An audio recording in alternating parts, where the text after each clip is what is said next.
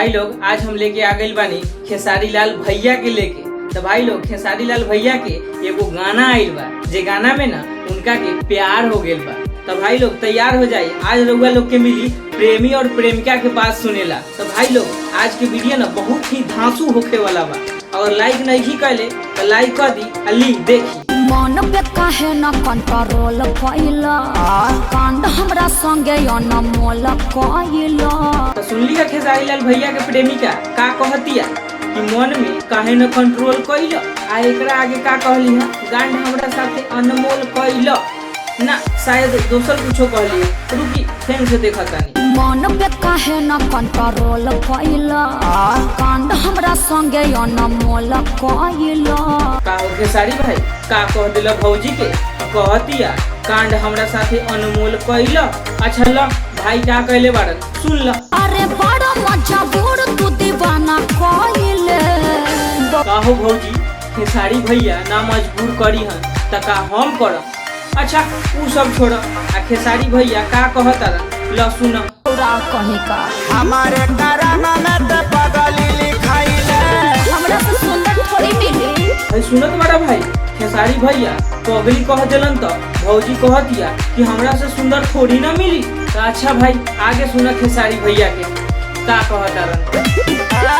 टूटले चपला पेन ही मिले चली आइले। जाहो खेसारी भाई तोरा और कुछो न लौकल ह त चपले लौकल। जाहो मर्दे भौजी के ना पकड़ चपले छोड़ देला। हमारे करम में तू बोका वाली खाया है। जाई लबड़ी भौजी के बात सुन ल, खेसारी भैया के बोकवा कहतिया। जाहो खेसारी भाई तू हो कुछो कह ना। हरी माई के जाहो खेसारी भाई भौजी के कहेला कहनी है कि ओकरा माई के। अच्छा भाई पूरा ना सुनिए, उनकरा माई के कहत बारन की रुका फेन से सुनतानी। हरी माई के प्रणाम करेंगे। हमरा तो लागल है कि कुछो औरे कहनी है। रुका भाई आगे देखो।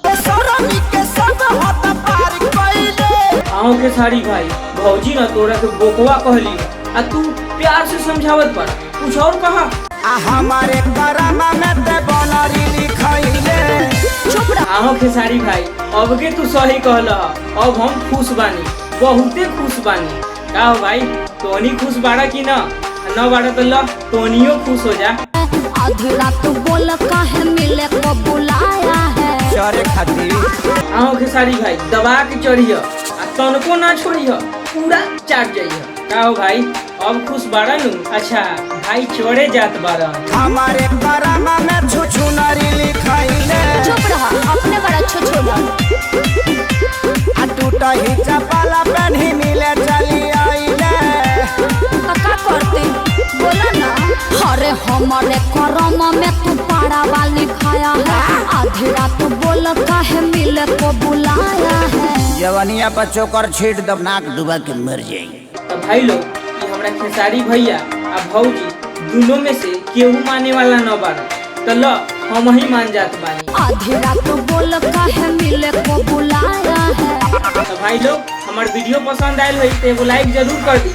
अगर ये छोट भाई के चैनल के सब्सक्राइब न कैले हो तो सब्सक्राइब करके बेल आइकन के जरूर प्रेस कर देना, ताकि इस प्रकार की वीडियो ना रोज अपलोड होखेला और रउआ लोग के पास पहुंचत रही। आ टेंशन ना ले, हम बिंदास शेयर करब। फिर मिलम हम अगला वीडियो में, तब तक बाय।